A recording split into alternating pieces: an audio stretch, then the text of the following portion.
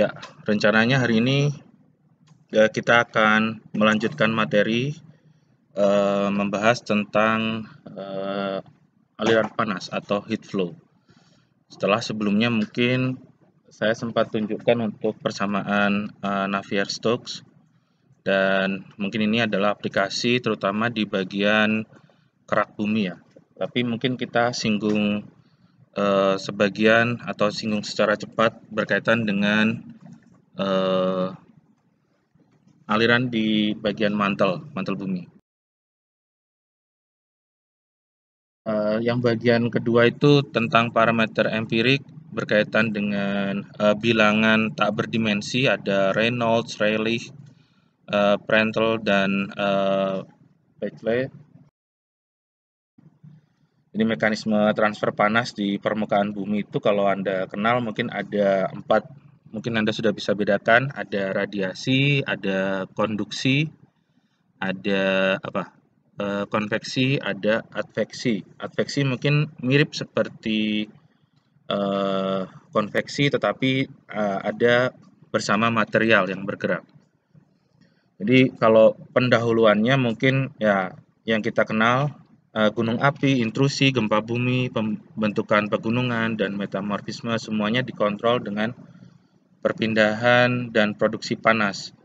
Dan kita berhubungan dengan keseimbangan energi panas bumi mengontrol karena itu nanti mengontrol aktivitas di litosfer dan juga astronosfer yang juga berpengaruh pada struktur paling inti dari bumi. Nah, mungkin ilustrasinya untuk radiasi panasnya itu kurang lebih berkaitan dengan mekanisme elektromagnetik. Perbedaan kalau konduksi itu materialnya relatif pada posisinya, dia tetap ada bergerak dalam skala kecil, tapi panasnya merambat, begitu kan ya, di medium. Sedangkan yang konveksi itu ada pergerakan dari partikelnya atau fluidanya, atau mungkin ada partikel benda solidnya. Nah, kalau benda solid itu adveksi. Jadi ilustrasinya kalau di sini misalkan ada pergerakan akibat sesar atau akibat apa ini rebound dari apa struktur kerak bumi yang ada rootnya ini lama-kelamaan nanti dia akan menuju kesetimbangan. Nah, material yang bergerak secara vertikal dengan adanya panas yang sebelumnya pada kedalaman tertentu jadi berubah, itu berkaitan dengan adveksi.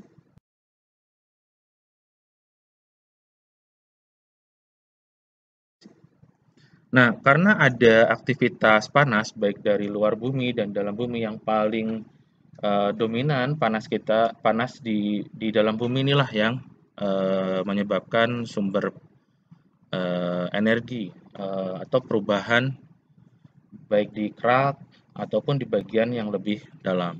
Sedangkan yang dari matahari itu cukup kecil.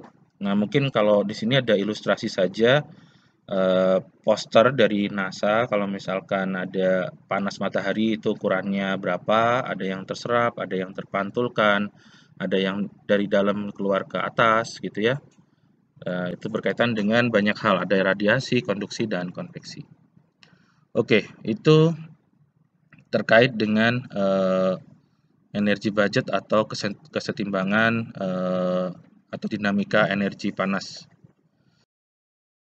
Di sini ada beberapa hal untuk ilustrasi model bumi. Di sini diilustrasikan sebagai bentuk bola.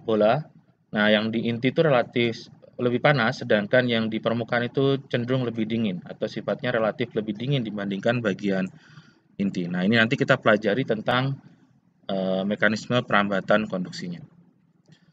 Nah, beberapa studi kasus yang menarik bagi kita biasanya itu ada di satuan tektonik yang Anda sudah pelajari, mungkin di geodinamika Anda pelajari ada di bagian Metoceanic Ridge, di subduksi dan seterusnya. Tapi di sini adalah pusat dari heat flow yang cukup relatif lebih panas. Nah, semakin menjauhi dari Metoceanic Ridge, dia akan semakin mendingin dan biasanya kaitannya studinya dengan umur dari kerak, kapan dia mengalami spreading sampai ke kontinen juga.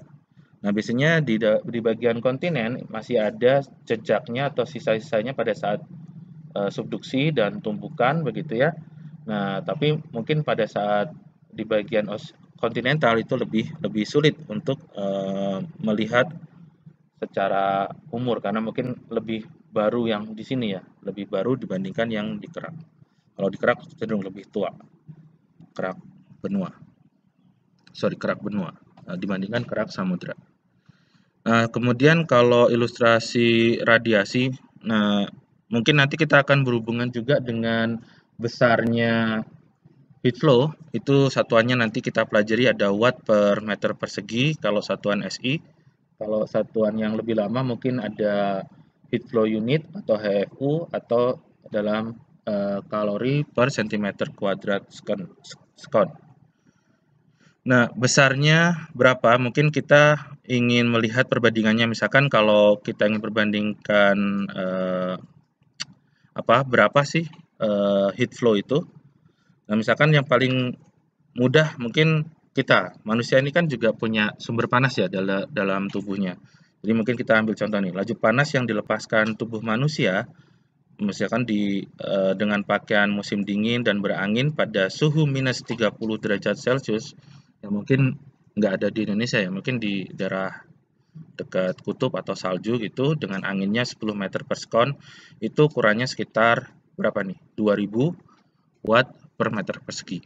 Jadi kalau misalkan bumi, ini laju panas rata-rata yang dikeluarkan 4,4 kali 10 pangkat 13 watt, atau kalau dalam angka yang sama ini 8,7 kali 10 pangkat minus 2 watt per meter persegi. Jadi sebenarnya secara rata-rata bumi itu yang dikeluarkan panasnya yang sampai di permukaan itu cenderung lebih kecil dibandingkan panas yang dikeluarkan tubuh pada saat musim dingin, misalkan kurang lebih seperti itu. Jadi ini kurang lebih berapa bagian ini?